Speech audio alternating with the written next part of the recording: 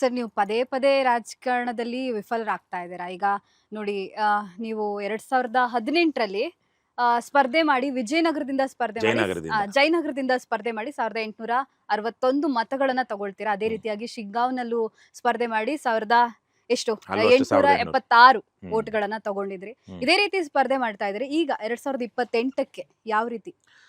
ನೋಡಿ, ಅದಕ್ಕಿಂತ ಮೊದಲು ನಾನು 2008ರಲ್ಲಿ ನಾನು ಆಗ ಅಮೆರಿಕದಲ್ಲಿ ಉದ್ಯೋಗದಲ್ಲಿದ್ದೆ.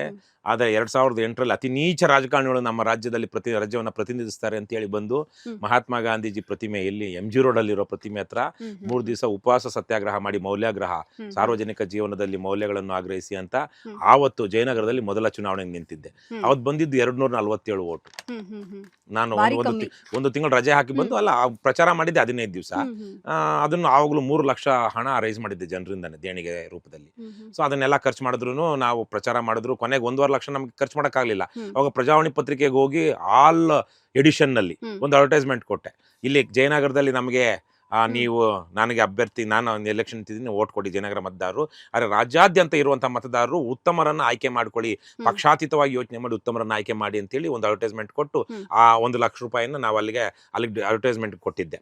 ಅದು ಬಿಟ್ರೆ 2013ರಲ್ಲಿ ನಾನು ಇಂಡಿಯಾಗೆ ವಾಪಸ್ ಆದ್ಮೇಲೆ ಲೋಕಸತ್ತಾಯಿಂದ BTM ಲೇಔಟ್ ಇಂದ ನಿಂತಾಗ 6560 ವೋಟ್ ಬಂದಿತ್ತು.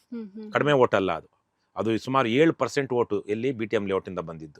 ಅದಾದ ನಂತರ ಆಮ್ ಆದ್ಮಿ ಪಕ್ಷದಿಂದ ನಿಂತಾಗ ಅದು ಪಕ್ಷ ಅದು ಎಲ್ಲ ಸೇರಿ ಆವಾಗ 17,000 ಎಷ್ಟು 17,000 ಅನ್ಸುತ್ತೆ. 17,000 ಬೆಂಗಳೂರು ಗ್ರಾಮಾಂತರದಿಂದ ಬಂದಿತ್ತು. ಸೊ ಹಾಗಾಗಿ ಓಟು ಒಂದ್ಸಲ ಹೆಚ್ಚು ಬರುತ್ತೆ, ಒಂದ್ಸಲ ಕಮ್ಮಿ ಬರುತ್ತೆ. ಅದ್ರ ಬಗ್ಗೆ ನಾವು ಯೋಚನೆ ಮಾಡಿಲ್ಲ. ಒಂದು ಮಾದರಿಯನ್ನ ನಿರ್ಮಿಸಬೇಕು, ಒಂದು ಒಳ್ಳೆಯ ಚುನಾವಣೆ ಹೇಗಿರಬೇಕು ಅನ್ನುವಂಥ ಒಂದು ಮಾದರಿಯನ್ನ ನಿರ್ಮಿಸಬೇಕು